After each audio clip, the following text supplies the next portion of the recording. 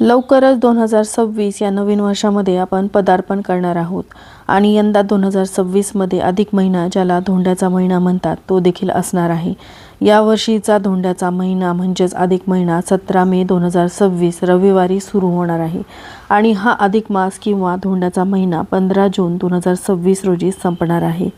अधिक महिना हा भगवान विष्णूंना समर्पित आहे, कारण असे मानले जाते की अधिक महिन्यामध्ये भगवान विष्णू आपल्यासोबत असतात। मंत्र, जप, भगवान विष्णूंची पूजा अशा सर्व धार्मिक कार्यासाठी हा पवित्र आणि अनुकूल महिना आहे।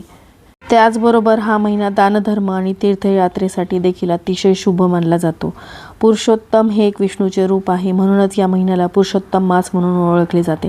तर अशा या पवित्र महिन्यामध्ये आपल्याला अशा कोणत्या गोष्टी ज्या आहेत त्या करायच्या आहेत, कोणत्या चुका टाळायच्या आहेत, या महिन्याचं महत्त्व काय आहे, यावरचा डिटेल व्हिडिओ पाहण्यासाठी खाली दिलेल्या त्रिकोणावरती क्लिक करा। धन्यवाद। श्री स्वामी समर्थ।